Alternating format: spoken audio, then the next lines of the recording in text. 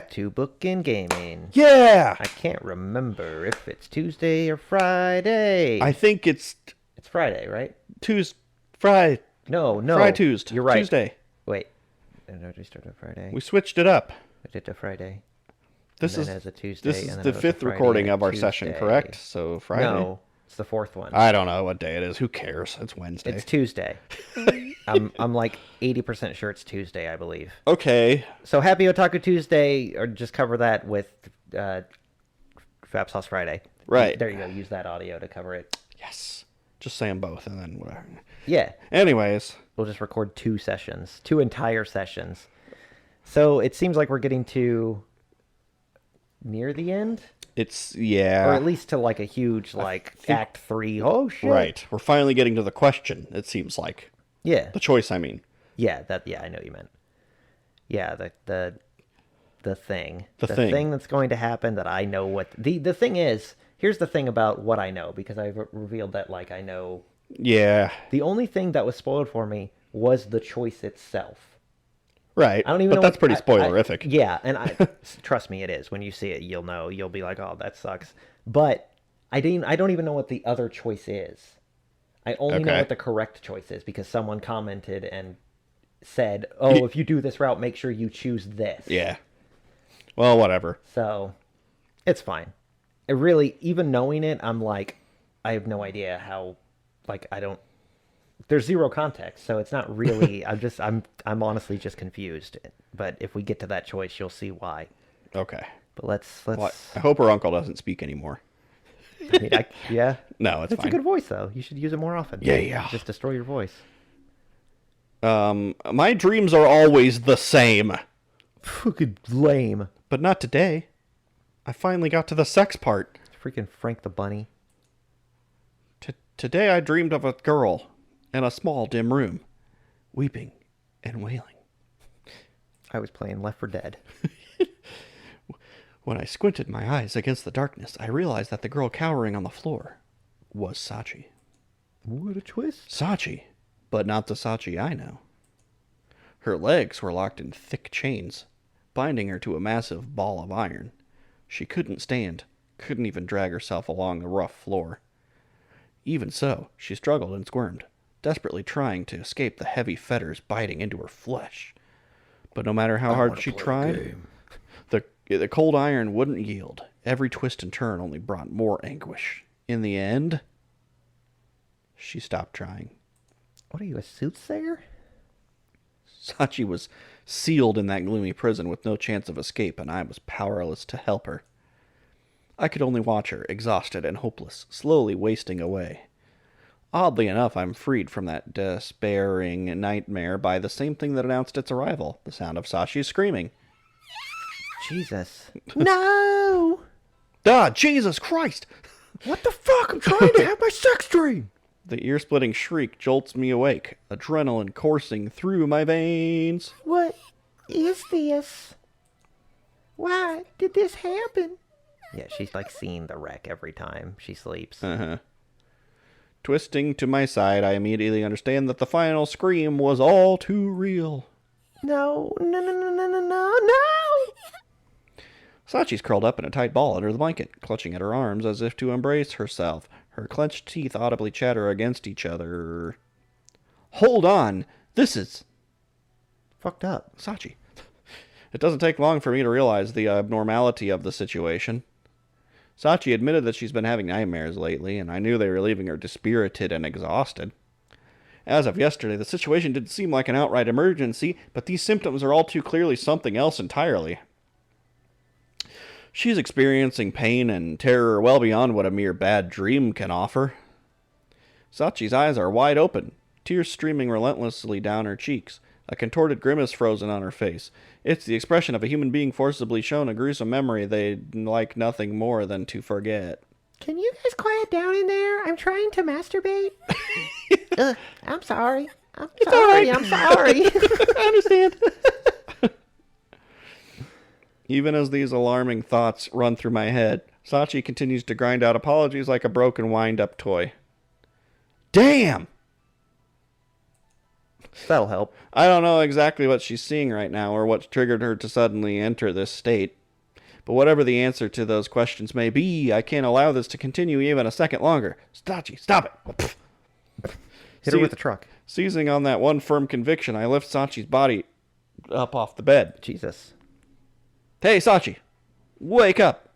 No. Oh, okay. I'm sleepy. I shout her name at point-blank range, to no effect. She continues to mutter deliriously, staring right through me. Sachi, snap out of it! Sachi! Oh, what the... Yeah! She's gonna punch him in the face. Right. Even when I shake her by the shoulder almost too vigorously, the light doesn't return to her clouded eyes. The dark one has returned. What? God damn it! What do I do? How do I make her hear my voice? I pull out a megaphone. Oh my god! Jesus! Holy shit! Where's Leonardo DiCaprio when you need him? Jump scares. In the end, only one thing comes to mind. Wrapping my arms around Sachi, I envelop her in a gentle hug. It's all right. It's all right now, baby. It's all right. Shut up. Shut your mouth. Shut your face. Keeping my voice as calm as possible, I whisper reassuring words in her ear. Just like my master used to do for me. Gotta be a good girl.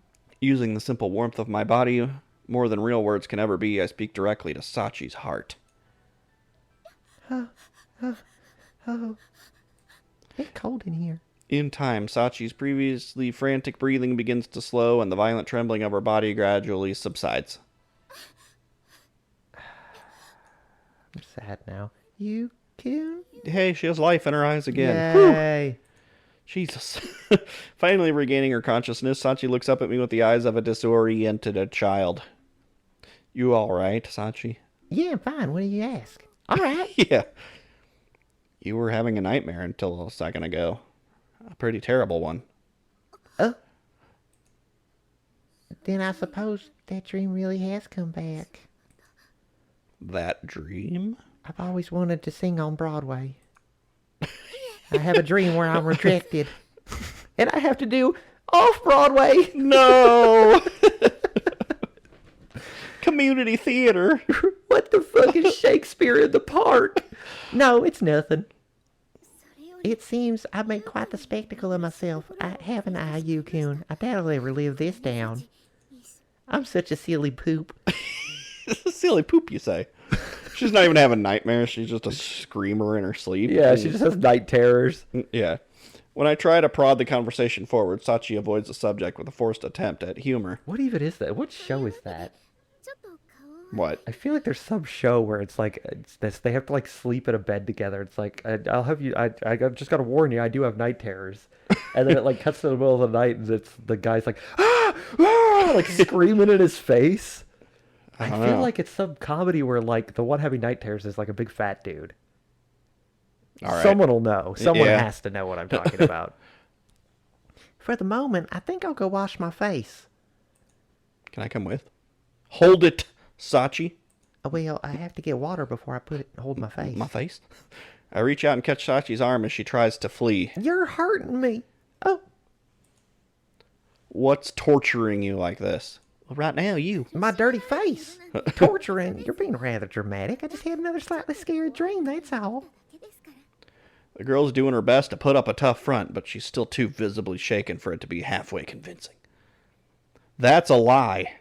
The envelope says. Oh no, I'm not being a good girl. The way you were screaming just now, that wasn't just a bad dream. I'm thinking it was a PTSD attack. You gonna tell me I'm wrong?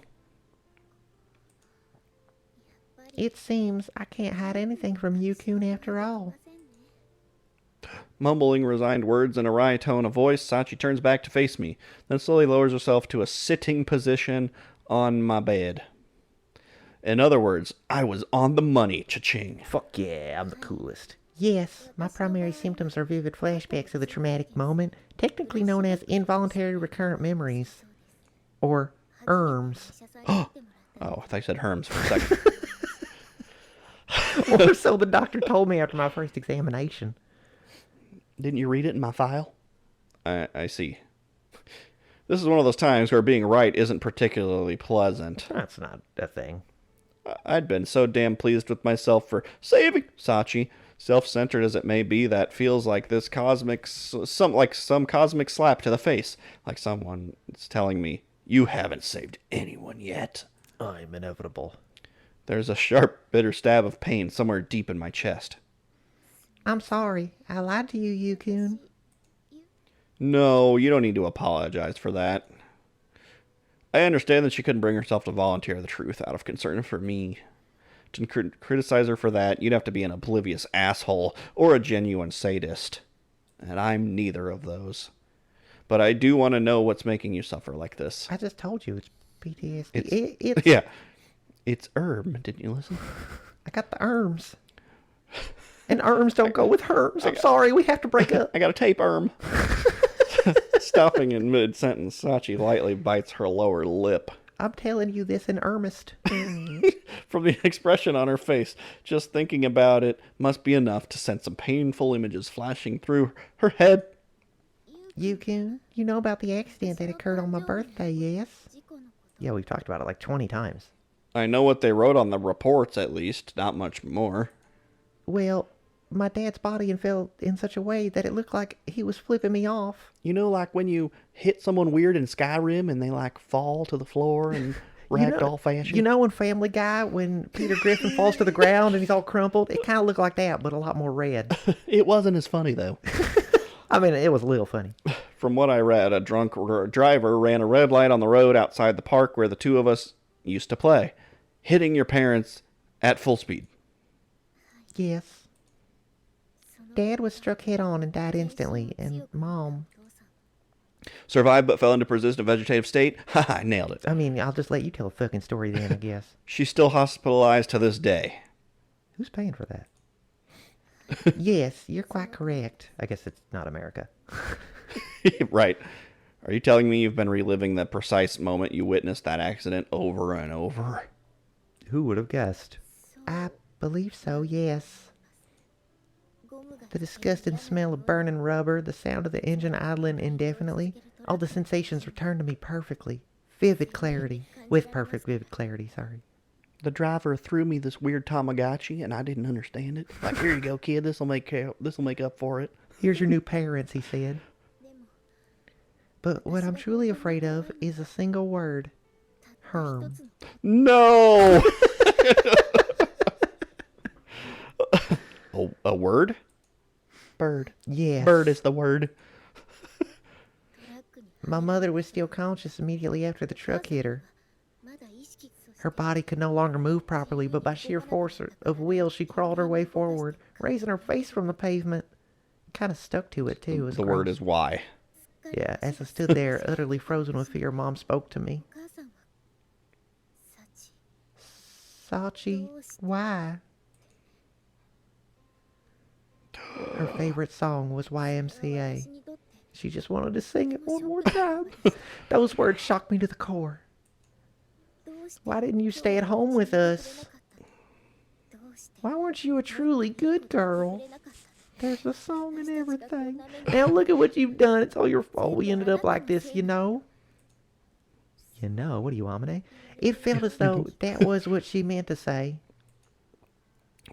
And so after I woke up in my hospital bed... When they get into the workshop and it's just like on a piece of paper. Why? It's got the rest of the sentence. Yeah. How did this happen? Why don't you enjoy some cake? When they told me my mother was still alive, first thing I felt was fear. I should have been relieved, overjoyed, but instead, I was so afraid that if Mom woke up, she'd finish that sentence with hateful, bitter words. Like she wouldn't know what year it was. She just completes the sentence 7 years later. It scared me so much that even after leaving the hospital, I never found the courage to so much as pay her a visit. All I could think of was becoming a girl Mom and Dad would hate, as much of a good girl as I could possibly be. Wouldn't hate. Oh, yeah. Right. I don't think Sachi's ever shared these feelings with anyone else. I just recently shared these feelings with everyone. I told my uncle. Yeah. In parallel to this cascade of raw, honest emotion, a constant stream of tears flows down her cheeks. Really got to get rid of this erection. So Don't mind that. That's just the morning wood. Yeah. That's enough. Oh. As words finally fail her, I embrace her trembling body. I'm sorry for making you talk about something you didn't want to remember. I mean, she's already having the dreams. No, I'm the one who should be apologizing. Shut your mouth. Shh. Please, let me stay like this just a little longer.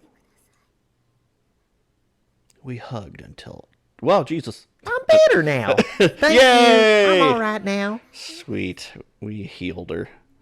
A little after the sun begins to peak above the horizon, Sachi lifts her face from my chest and smiles at me. You're not lying this time, are you? I mean, we stink a little, but... No, I'm not. Thanks to you, I've managed to recharge my emotional batteries. Is that all it takes? A hug? God, I didn't have to blow up the school. She's just full of shit. She just wants more hugs. All right. She's training you. She's Pavloving you to hug her when she screams. Determining, right. He doesn't cuddle me in his sleep. What do I do? Yeah. You just scream in your sleep until he hugs you. Oh, yeah, that totally would be one of her plans. I don't want to be the big spoon every time. Determining that her smile isn't artificially plastered on her face, I slowly release Sachi's body. I must say, it always makes me very happy when you pet me on the head, Yukun. You should probably do it more. But every time you embrace me, I'll fall a little more in love with you.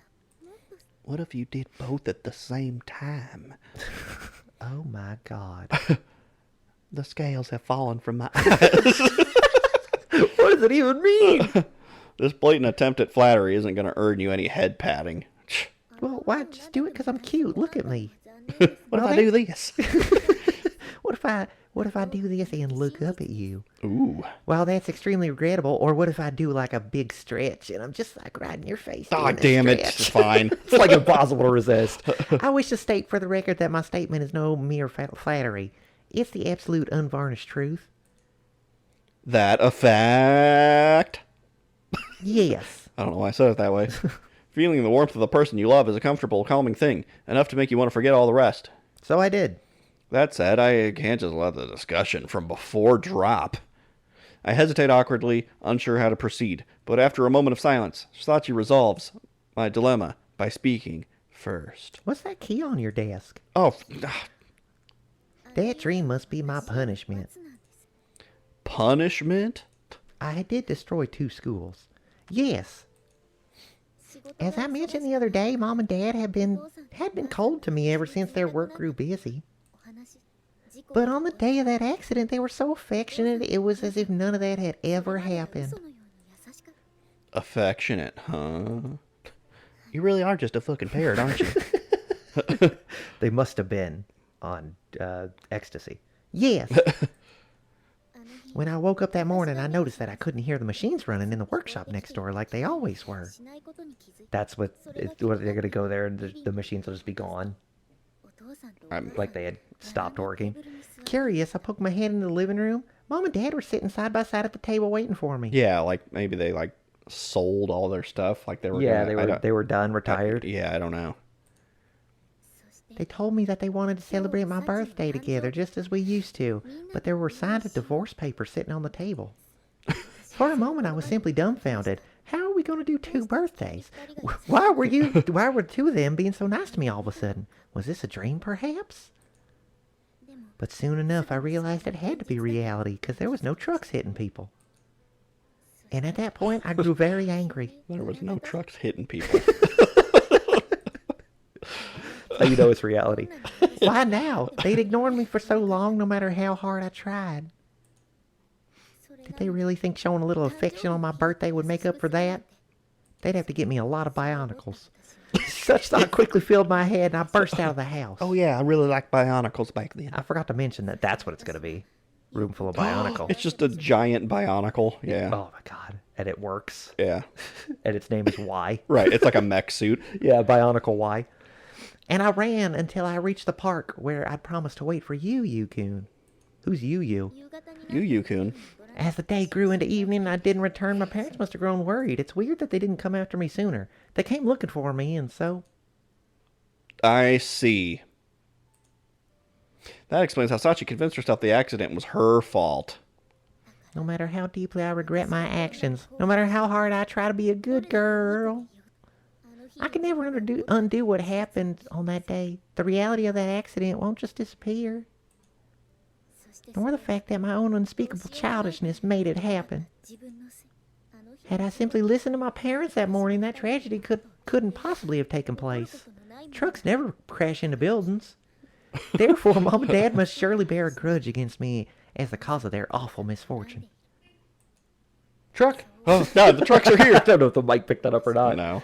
So long as some part of me feels that way, I believe I'll keep on seeing these dreams. And from the sound of things, she's still blaming herself even now. The tone of her voice is almost resigned, as if accepting her responsibility. But that doesn't mean she's come to terms with what happened. She simply despaired of ever finding forgiveness. The proof is written on her face, and she told me. Even as Sachi And speaks... I also read about it. Yeah, even as Sachi speaks calmly of the past, her expression is filled with bitter regret. All right, I understand where this is coming from. But there's still one thing I don't get. Up until just recently, I'm pretty sure you weren't having daily nightmares, let alone traumatic flashbacks. I mean, we weren't sleeping together then, so... Yeah, did you bang something loose? What happened? Do you have any idea why they've gotten so bad? You smell like my dad. Oh. That's not that flattering. Most likely it's because I found happiness. And I'm not allowed to be happy. Yeah. I was only truly tormented by the flashbacks for a brief period immediately following the accident, because I was happy then, too, I guess. I don't know. That makes sense, right? After I decided to redeem myself by becoming the good girl my parents deserved, the frequency of my nightmares decreased steadily over time. But then I was reunited with you in this school. And, you quote-unquote thought you fixed me, you fucking idiot. Thanks to you, I realized my mistake. I rediscovered the simple joy of spending time with people I care for. He didn't actually fix her. He just told her that she made it doesn't have to be a worse. good girl anymore, so that she's following that order. Yeah. And it's destroying her. I mean, she is facing it, that's the thing, but now she's just having PTSD, night terrors. And once again, I started to see the nightmares. In that case, perhaps Mom and Dad are simply angry at me. Well, I don't think they can be. In other words, you're saying your parents don't want you to be happy? Well, my dad's probably mad because I don't drink Natty Light. I'm kind of a Bud Light girl. Of course, this may be nothing more than an arbitrary delusion of mine. But after they suffered so much, why shouldn't I alone be smiling? Why should I alone be smiling? I destroyed my own family's happiness through sheer selfishness. Do I really deserve to be happy? They're telling me not to forget that day. Or so it feels to me. All right, I understand. You only have like 4 phrases you do, other than parroting. Yeah. I see. Yeah. Is that a fact? I committed the sin of disobedience. My selfishness. I mean, this is Yuuji thinking, I'm assuming. Mm-hmm. Her father's dead. Her mother is still asleep in a hospital bed. Asleep, though? Is that... You call it asleep? I guess you would. They can neither confirm nor deny that belief, let alone offer Sachi their forgiveness. With no possibility of resolution, your sense of sin swells grotesquely inside you like an ugly black tumor. I really do understand. I was just lying before, but I really do. I have PTSD about gorillas shooting at us. The circumstances were very different, but I carry similar feelings about the deaths of my own parents. We never really went into that, did we? No. Unless you know a way to turn back time, Cher might. The deaths you might... No, she doesn't. That's the whole point of the song. She right. can't do it. She hasn't figured it out yet. The debts you owe. Cher was making great strides on that front. I know. Unfortunately, She's like our top researcher. She got distracted by dating a 30 or a 28-year-old or whoever it was. Well, yeah, that happens. Oh, you know. The debts you owe the dead can never truly be repaid. They can never accept your apologies or excuses. Sachi too realized that harsh truth, Desperate to escape the torture of her flashbacks, she reduced herself to a shell of a human being. Numbing her own feelings, she overwrote her identity. Well, good night. With that of a good girl. And it worked. The nightmares left her. But thanks to my meddling, Sachi's returned to normality. Once again, she's defenseless against her dreams. I'm the best. It makes sense. I understand. Maybe, after all, I'm not qualified to perform some kind of psychological experiment on someone. There are two specific elements that contribute to these awful nightmares. Me and me. First, Sachi never had the chance to hear her parents' explanation for their cold behavior. And second, she continues to believe on some half-rational level that the accident was her fault. Her guilt and fear of her parents' hatred feed off her own happiness. It was my fault. I have these magnets in my wrists and it pulled the truck towards us. In other words, if she wants to stop seeing these nightmares, she has to stop being happy. Sachi seems to have half convinced herself that suffering like this is just the price she has to pay, but I'm not enough of a masochist to accept that. I'm not about to put up with the girl I love being miserable. Unless I'm the one that put her there. No, forget, not miserable. If at all possible, I want her to be the happiest person in the damn world. I think that's only natural, right? If she's not happy, I am gonna fucking punch a hole in this wall until she is. Just punch through the wall and Michiru's like, ah! Someone is trying to masturbate over here. God, you're always masturbating. Well, we don't have any homework. Precisely because I carry a burden similar to hers, I might be able to teach her a thing or two. Our burdens may be similar, but we're carrying them very differently. There's no reason to let your sin chain you to the ground. There's no need to lock yourself up in a dark room forever. It doesn't do anyone any damn good. And most of all, if I'm not mistaken, Sachi has an obligation to become happier than anyone else. She would have to be. I mean, she gets to take my rockin' hog. Sachi, are you all right with that? Well, you rockin' hog? Huh? Yeah, yes. You just walked in the room and just said that. Oh, right. Are you really satisfied with this? Tortured by nightmares, living every day in terror of your mother's words? Well, yeah, it's great. It makes for a cool backstory. Caught off guard by my challenge to the status quo, Sachi casts her eyes down in bewilderment. She can't find the words, but the answer's written on her face. Of course I don't want to see the nightmares, but there's nothing I can do. There's a mouse within a little wind-up motorcycle on the floor there. Is that a book? Where did I get that? I don't know. Mouse and the Motorcycle? Is that a book? I'm going to have to look that up. I'm pretty sure there's a children's book. It's called like The Mouse and the Motorcycle. Yeah. I remember that. Yeah. Because my first thought was, is that Stuart Little? But no, that wasn't a motorcycle. He was in like a convertible thing. Yeah, he got his own car. Yeah. It's too young for a car. What the fuck? Personally, I don't think there's any reason you need to be tied down by the past any longer. Tied down? By the past? That's right. Are you me? Yeah. See, other people can do that shit too. It's annoying, isn't it? Keeping that in mind, I'm going to tell you a way to get rid of those nightmares that are giving you so much trouble. The trouble they're giving you. They're just stupid nightmares. I'm going to punch them. Oh God, I'm excited and confused. Well, I'm sorry. Calm down. What you do with that knowledge is up to you. Oh, I'm just going to stand here. What? You don't believe what I'm telling you? Well, I don't. Yes. It was surprising enough to hear you suggest I'm allowed to just leave the past behind. But a method of ending these nightmares, that's just... Guess it might be hard for you to believe, having lived with that guilt for so long. That said, I really don't think you need to drag it around anymore, and I'm not lying about knowing a way out. Are you sure? Because I feel like your other plans didn't really work out. Yeah, I mean, I'm still broken, so... My eyes! Then there really is a way. Meowth, that's right.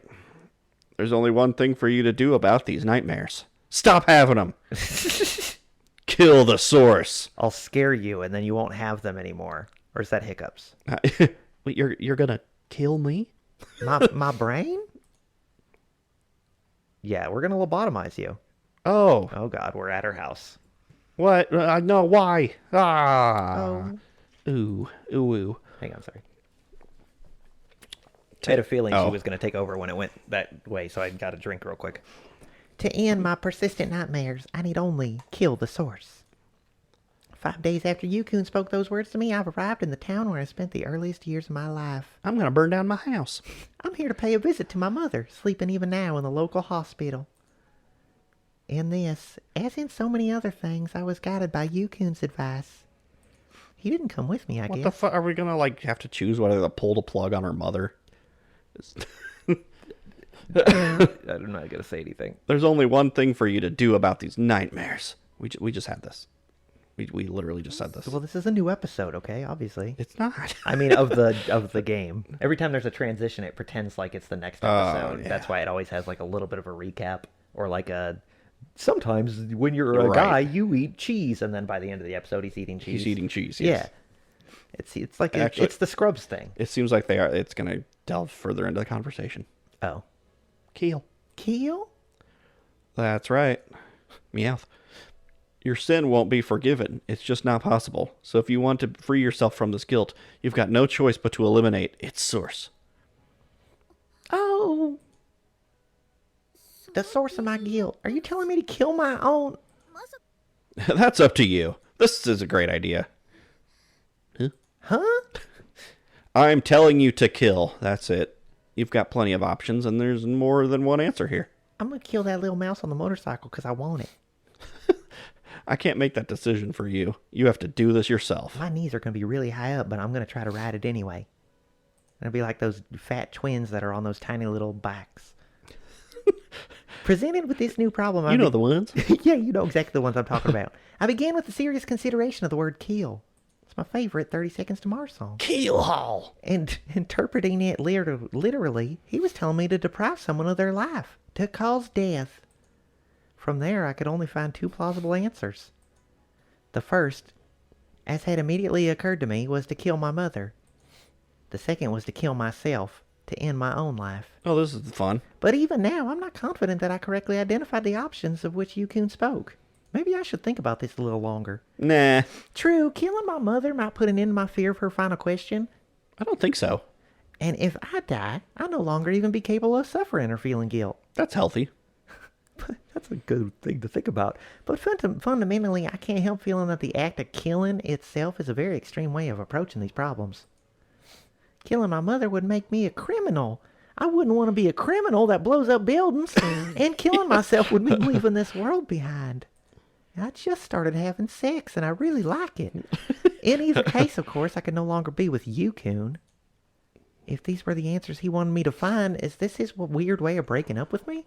Was Yukun lying when he said that he loved me? My thoughts ran in circles. Before I knew it, 5 days had flown by, and I was no closer to an answer. In the end, Yukun was unable to hold his silence. Just go fucking kill someone, God! Yeah. No matter what decision you're going to make, you should see your mother first. I mean, I would have to see her before I kill her, yes. Yeah, I mean, if that's my decision. I think you're capable of that now. What if I pull the plug on her Sachi. and wrap it around my neck? It's only been a few... It's only been a few hours since he spoke those words. He didn't come with her? I guess not. He doesn't want to fucking deal with her. He's over this. He's got to get some sleep. He keeps getting interrupted. Yeah, that's true. See my mother. The moment I heard his proposal, my heart thudded heavily in my breast. Ooh, these are kind of nice. Since the day of the accident, my mother has never spoken, never opened her eyes. Thought you really do like the honka honka. She's been reduced to a living symbol of my inedible sin. Indelible sin. I wouldn't eat it either. And if Mom really does resent me, she might not even want to see my face. Unless it's one of them sinfully sweet chocolates. Godiva. These fairy thoughts. Ferrero Rocher. Gross. Yeah. Those Dove chocolates that are like kind of fancy, but they're still pretty cheap. They're okay. I thought they were soap at first. These very thoughts have kept me from visiting her for many years now. Not to say that the visits I paid her in those first weeks were worthy of the name. Since that horrible day, I've never once managed to spend any real time with her. Every time I walk in, I'm just like, Mom, I throwed up. Perhaps Uncle Akihiro understood how I felt. He didn't challenge me on the matter or even encourage me to take the trip. In that case, there was no real reason for me to visit that hospital, or so I allowed myself to believe. But, in truth, I I've just been making selfish excuses. I was running away from my own mother. That neglect is proof enough that I never really overcame my guilt toward her. I was simply hiding from it. As long as I permit myself that cowardice, it may well be impossible to find a meaningful answer to my current dilemma. And so, I resolved to face up to what I had refused to acknowledge for so long. That said, do I have no choice but to kill? What could he have meant? Maybe I should question if he's wrong. Nah. But first, I'm going to stop and get that free Scoopy we mentioned earlier. He's only like 2 years older than me, so maybe he doesn't have all the answers. Of course, speaking the question out loud doesn't get me any closer to an answer. Yukun's always 3 or 4 steps ahead of me, thinking on a far higher level. He seems to like to give me difficult questions and then leave me stranded in my own despair. He fucking beats me at risk every time. This puzzle must have meaning, and I want very badly to reach the answer he found. But even so, I must admit I find myself disturbed. Merely speaking the word kill leaves a bitter aftertaste on my tongue and a sharp ache in my stomach. But I can't just give up now. I haven't even managed to see Mom yet. I don't even know if I want to kill her yet. Excuse me, I'd like to visit a patient. I'd like to kill her. I mean, oh shit. Yes, first of all, can I have your name and address here, please? After filling out some paperwork at the nurse station, I'm provided with directions to my mother's sickbed. The procedure hasn't changed, neither has Mom's hospital room. Everything exactly the same as it was on that day. At one point, a nurse I recognize from my time here calls out to me. There you, Sachin. Will you be alright alone there? I answer with a polite, yes, I'll be fine. I don't really know what you just said, but sure. I never really liked that guy. And proceed down the hallway without breaking my stride. Nobody gonna break my stride. Nobody gonna slow me down. Whoa, Uh-oh. I've got to kill my mother. Oh, we went different ways there. But when I finally arrive in front of my mother's hospital room, my breath catches in my throat. Oh, I'm going to throw it up again. Ooh, my throat up. And with that as a signal, my previously functional legs abruptly turn to clumsy laden stumps. My head begins to throb violently. My legs. Mom, my little sister won't let me say it's my turn on the Xbox. I don't know where my sister came from. It's been many years now. Maybe it won't hurt like it did back then. I was a fool to believe such nonsense for even a moment. My body knows that. Something painful waits behind that door, and it's not shy about registering its objections. Mom's anguished, bloodied face flashes unbidden before my eyes. Before I know it, I've begun to hyperventilate. Ha, ha, ha, ha, goo! Oh, no. Gradually, even standing grows perilously difficult, and I find myself leaning heavily against the corridor wall. Good thing I'm at a hospital. Hold on, Sachin, are you okay? Yes, I'm alright, so please. Alright, but if it gets too much, call for someone right away, okay? Thank you very much. Apparently sensing something of the desperation I feel from the expression on my face, the nurse kindly withdraws. I withdraw. Oh, an adult. Maybe I should fucking talk to them about this. To tell the truth, I don't even remember what I said to her just now. Just keeping myself conscious is taking every ounce of effort I can muster. It's alright. It's alright. I'm a good girl. Trying very hard to convince myself of that, I forcibly throw open the door of the room, letting the momentum carry me stumbling inside. I kind of hope to scare her awake. Oh, this ain't my mom's room. This is an empty bed. Instantly, my eyes find my mother's face, peeking out from above the sterile white sheet covering her lower body. Happy birthday!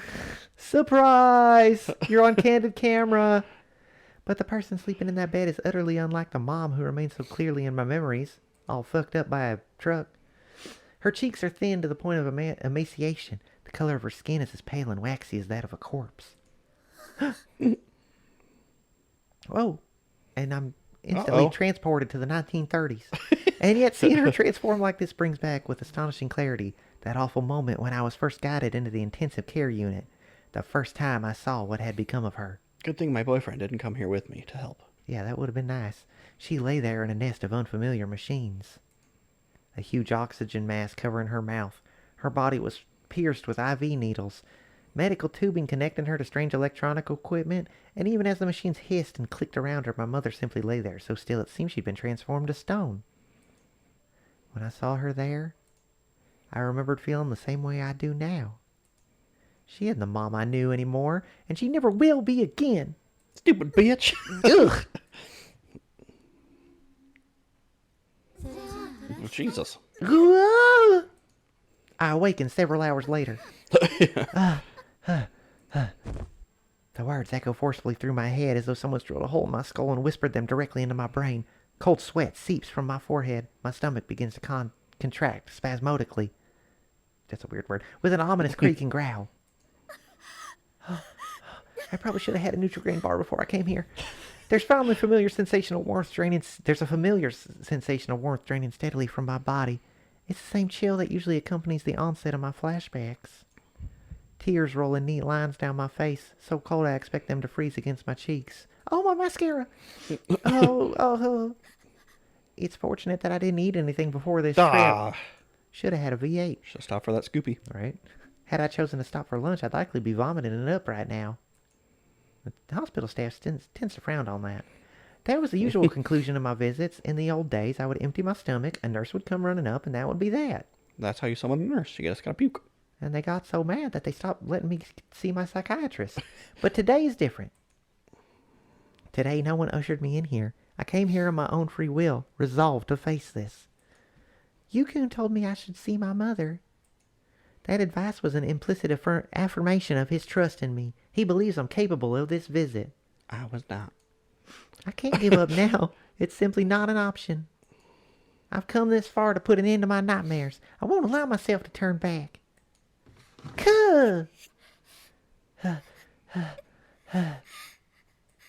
Clinging with all that stubborn determination I can muster to the simple decision, I somehow managed to hold myself together through the worst of it. And eventually, through an enormous effort of will, I'm able to shakily lower myself into the folding chair that sits at the side of the bed. Hi, Mom. Wow. How many hours have passed since I collapsed into this chair? Does this thing run Doom? They didn't even put a TV in here. How am I supposed to watch The Price is Right? Feels like the only moments ago but the sun's already sinking low in the sky. The unlighted room's illuminated by a warm orange glow from the windows behind me. The bombs have fell. Now that I think more carefully, it must have taken nearly an entire hour to calm myself to the point where I could gaze at Mom's face like this. But it's been many hours since then, and I've gone no further. No words, no movement. I spent the afternoon glued to this chair like a statue. I'm finally able to visit my mother. I can finally look her in the face again. There should be so many things to say, so many things to tell her, to ask her. But now that I'm actually gazing down on her lined, impassive face, the words have betrayed me. They've melted into thin air, leaving no trace by which I might find them. Mom? Me? Yes, Sachi. Oh, God! I was just taking a nap. I've been awake for years. At long last, I'm able to speak a single word. It is a greeting or a half-spoken question. I'm not sure myself. There is, of course, no response. Mom's in a deep coma because of the traumatic damage her brain sustained in that traffic accident. She hadn't answered a question or even spoken a word in many years now. My mother's doctor once said that the odds of her ever regaining consciousness were lower than my chances of hitting the jackpot in a national lottery. In other words, barring a miracle, she'll live out the rest of her days like this. This is her life now, incapable of movement, let alone feeding herself, kept alive on the whims of others like a potted plant. This is the life I gave to my own mother. Ugh. With that thought, the nausea that had subsided earlier swells up in me once more. This is a fun channel. Right? Jesus Christ. The suffering comes to me in unpredictable waves, with all the random malevolence of a curse. Weary and numb, I observe my own pain with my curious sense of detachment, and I reach my first real conclusion of the day. I should get some lunch. I see. She still hasn't eaten. Right? This must have been what Yukun wanted me to understand. By visiting my mother for the first time in many years, I realized that bitch has got to die. By directly facing my guilt in its most raw and undiluted form, he wanted to make me realize this. that so long as I live, I'll never simply be released from this suffering. My father's dead, my mother's sleeping, and she's never going to wake up. That's reality. This status quo isn't going to abruptly change for the better. All my guilt, all my attempts at atonement, no matter how sincere, no matter how many buildings I destroy, they can never overturn what's come to pass. Perhaps you can simply wanted me to recognize anew how truly crushing the weight of my sin really is. That seems like a bad idea. On that day, the person I was must have died with them. The answer isn't so complicated after all. Mom's the fountain of this guilt, and I'm the vessel that willingly accepts it. We're mutual culprits in these nightmares. So long as the two of us continue to cooperate, my suffering will go on indefinitely. In that case, Oh, what the fuck? Well, that's an episode. Yay! There's the choice. Cool. And I know the answer. What a fun choice. Right? So imagine me knowing this is the correct choice to this, and the entire time we're doing this playthrough, I'm going, what the fuck? What the fuck? What the fuck? Right. So, I guess join us next time. What a or dumb choice. Depending on how much is after this point. I mean, the next one could be just tacked onto the end of this, but we'll figure that out when we get there. Oh boy. Whoo, doggy. What a fun screen this is. Yeah. We're a comedy channel. Apparently. Herm!